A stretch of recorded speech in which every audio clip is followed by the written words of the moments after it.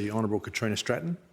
Thank you, Deputy President. As has been noted many times, this bill is, of course, the subject of a conscience vote for all of us, including in the Labor Party. And I have asked lots of questions of a range of stakeholders over quite a long period of time, understanding that this bill is likely to come to us. And I've married that information with my own deeply held values around gender equity, inclusivity and kindness. And I've put that also alongside my 30 years of social work experience, including in reproductive healthcare, and as a parent of a 16-and-a-half-year-old daughter. And I come to support this bill in full with a very clear conscience. So after making that decision, I was grappling with how to present my position in a short speech. And indeed, this morning I had decided that I wasn't going to speak for a variety of reasons. But as one of my colleagues reminded me, there are people outside of this place who are listening in. And so I have some messages for some of those communities. But in deciding kind of how to present it, you know, part of the challenge is, of course, that families themselves are diverse and complex, as is the bill before us. And our experiences of dreaming and planning and hoping for a family, our experiences of fertility, of conception, of pregnancy and parenthood are themselves diverse and complex. As true are the diverse experiences that we experience sometimes even in a day or even an hour of being a parent, of love and joy and fear and anticipation, of frustration sometimes, but also, you know, grief and care that can and do come as well with conception, pregnancy and parenting. And we have heard some very moving experiences from some of our colleagues. So how to express those complexities in response to the bill before us, which attempts to create a pathway to parenthood for every West Australian. Now, at the same time that we have been debating this bill, I have been reading Dr Tony Booty's book, A Considered Act, How Voluntary Assisted Dying Became Legal in Western Australia. And that was, of course, another bill that navigated a very human and a universal human experience of death and dying and the wish and the right to die with dignity. And it was, as it so often has been, the Honourable Dr Sally Talbot who provided me with the structure to organise and present my thoughts. And I'll quote from the Honourable Dr Tony Booty's book that the Honourable Dr Sally Talbot had said in her speech, "I think three considerations need to be brought to bear on any law that we make in this place, but particularly to laws that relate to the personal choices that people make. The first consideration is, what if it were me? The second consideration, what if it were my family or friend? And the third consideration, what if this were a universal law? What if my preference or the wishes of my best friend or loved one were put into some kind of statutory framework? What if everybody was subject to this kind of law? What would the implications be?" And so, with her permission, I use those three questions to frame my position on the Assisted Reproductive Technology and Surrogacy Bill, another piece of legislation about choices and decisions that get to the heart of who we are as humans and who we are as a community. Firstly then, what if it were me? What would I do if I was in the situation of wanting to start a family but lacked either the ability or opportunity to do so? And I had thought that the answer to this was going to be quite straightforward for me. I've had the privilege of fertility. While I have experienced early pregnancy loss from my 4 pregnancies, I have 2 gorgeous children. And being a mum has been and continues to be the best and the hardest thing that I've ever done. The days may be long, as the saying goes, but the years are quick. And I still can't believe that actually just this afternoon, my 22-year-old son finished his final social work placement at Sir Charles Gairdner Hospital, and he will finish his social work degree with honours in a few short weeks. And earlier last week, when my said 16-and-a-half-year-old daughter came here for dinner into the dining room, we were discussing the first tattoo that she plans to get on her 18th birthday. So if the question is, what would I do if I was in the situation of wanting to be a parent but I couldn't do so, I would do anything within my power and my privilege to make that happen. I can't imagine, nor do I want to imagine, a life without Kate and Oliver. And I thought that's where my answer to that question would end. As I said, I thought it would be straightforward. However, as the emails against this bill started trickling in, I learned that apparently this debate is about me, for I have the audacity to be a sole parent, and not just a sole parent, but a sole mother. Granted, I am not a sole parent by choice, and despite the tragic way in which I became a sole parent, I do have a lot of economic and social privilege attached to that experience, and I recognise that. However, when people criticise single parents, please imagine that I went to bed on the evening of the 23rd of July 2012 with one life and was woken by a knock on the door just after 11 to enter a different one.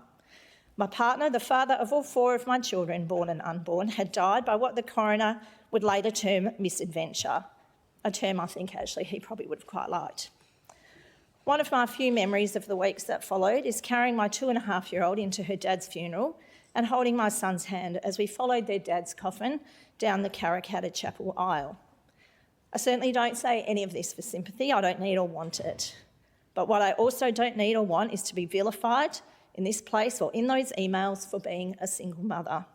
I will not be told that my family is somehow lesser than, that my parenting is somehow lesser than, and that my children are somehow lesser than. I might not have chosen to be a sole parent, but I make active choices every day to create for my children and I an identity as a family of 3. I have made active choices and continue to make daily active choices to both solidify and create a community around us.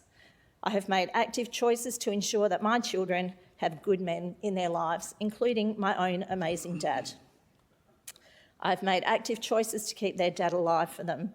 In the obvious things like my son's green eyes and my daughter's strong brow line, she won't like me saying that, to the things that others might not immediately know, like that he and Oliver have identical handwriting and his and Kate's shared love of the Smiths. Their vinyl is back on repeat in our house. They've both followed his path into a life of service and purpose. And noting that, I'm also proud of the young adults who I now have the joy to parent. And I think that my sole parenting has had something to do with that. I like to take a little bit of credit for the kind and respectful and polite young people that they are. Kate is working very hard to get to university to become a nurse. Oliver finishes his social work degree with honours, as I said, in a few short weeks.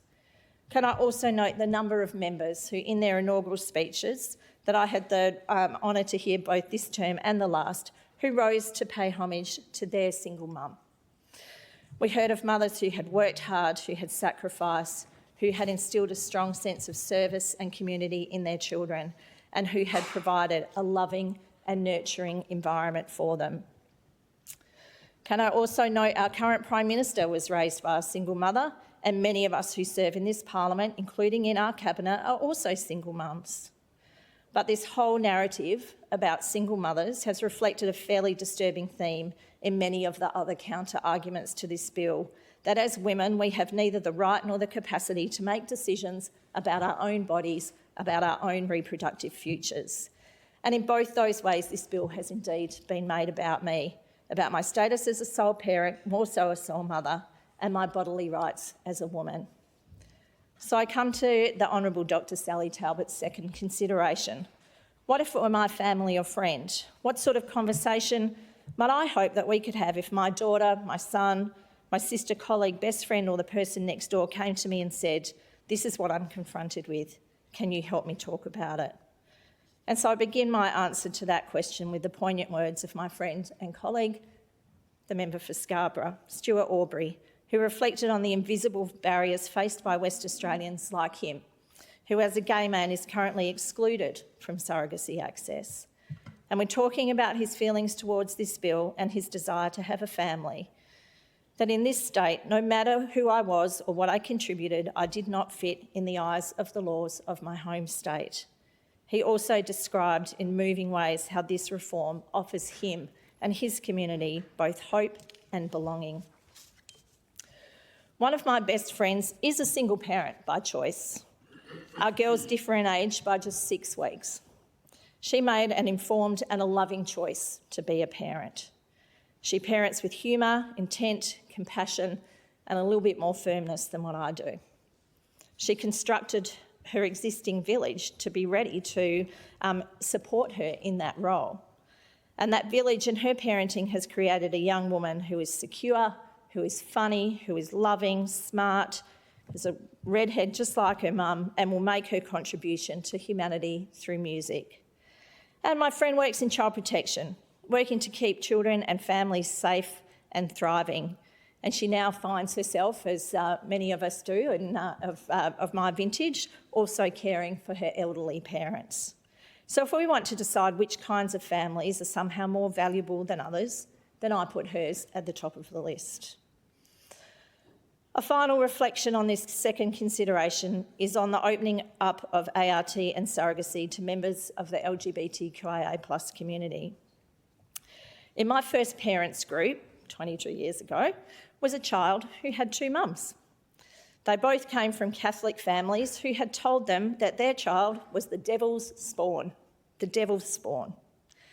The great majority of the other parents in this group had no issue with two mums and welcomed the family into our group of sharing those challenging times of early parenthood. And while amongst the entire group our family structures might have looked different, there were many universal experiences. Sleep deprivation and exhaustion, weaning, moving to solids, school choices, and above all, the love and the joy of being a parent. That group stayed intact for many years through primary school, and I can tell you who never ever had an issue with the two mums were the kids in that group. They just got on with playing with their friend. I understand how hurtful this debate in all its forums has been to many members of the LGBTQIA+ community. There are many members of the community who are already parents, who are already forming and have formed families, and to hear their families called into question, as has mine, has created unnecessary pain, anxiety and stress. So to those advocates who have continued to share their stories, to be vulnerable in sharing their hopes and dreams, and have done so with courage, conviction and kindness, can I say thank you. I stand in solidarity with you. And the third question was, what if this was a universal law? What if my preference or my wishes of my best friend or loved one were put into some kind of statutory framework? What if everyone was subject to this kind of law? What would the implications be? And as we have heard, ART has been legal in Western Australia since 1991, and I'll repeat again the words of the Health Minister, the Honourable Meredith Hammett. This bill should not then be considered an opportunity to debate the merits of ART and surrogacy itself, rather to consider how the legislative framework needs to be changed to reflect updates in technology and improve access to all Western Australians for the provision of this healthcare. Further, pursuant to the Commonwealth Sex Discrimination Act, we as a parliament cannot, and more so we should not, restrict access to care for individuals on the basis of grounds such as sex, sexual orientation, gender identity, intersex status, marital or relationship status. We can look further still at the Universal Declaration of Human Rights, which states that everyone has the right to create and raise a family. It is recognised under our international human rights framework. The bill establishes a contemporary model with a responsive and streamlined framework for the provision, regulation and management of all assisted reproductive technologies in WA, and it recognises surrogacy as falling within the continuum of assisted reproduction. It is important to consider then how we came to be debating this bill, and there is some suggestions that it has been rushed. On the contrary, it builds on over 8 years of work, of development, of research, of listening to the stories of families, of diverse stakeholders, including those who want to create a family. This bill has been informed by the review of the Western Australian Human Reproductive Technology Act 1991 and the Surrogacy Act 2008, undertaken by independent reviewer Associate Professor Sonia Allen, OAM, which included extensive stakeholder consultation through 4 public forums, 7 parliamentary briefings, numerous individual face-to-face briefings, and the acceptance of 126 written submissions. Following that, the work of the Ministerial Expert Panel, chaired by Professor Roger Hart, included further targeted consultation with those with lived experience and other key stakeholders. It has been really disappointing then to hear the professionalism and integrity of many of the experts involved in the development of this bill called into question. called into question their motives, their skills and experience, and some suggestion of some capitalist conspiracy that's underway.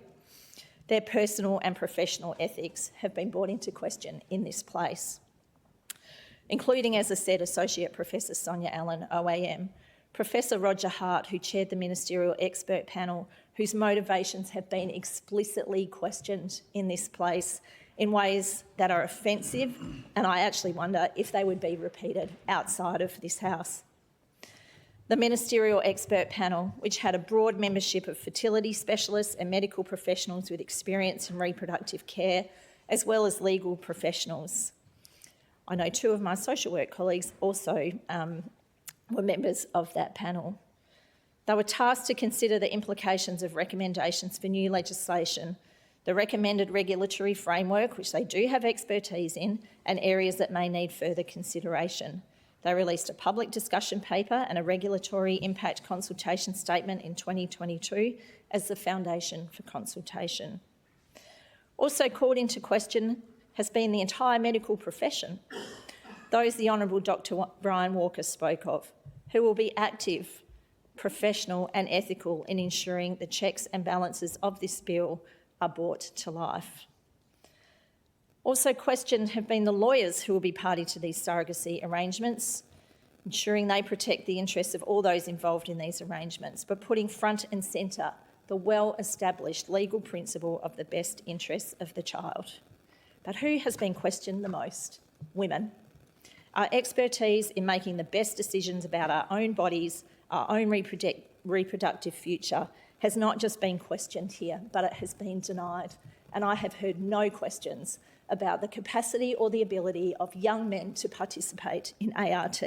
So let's be clear, this is not about age, this is about women and our ability and capacity to make decisions about our own bodies.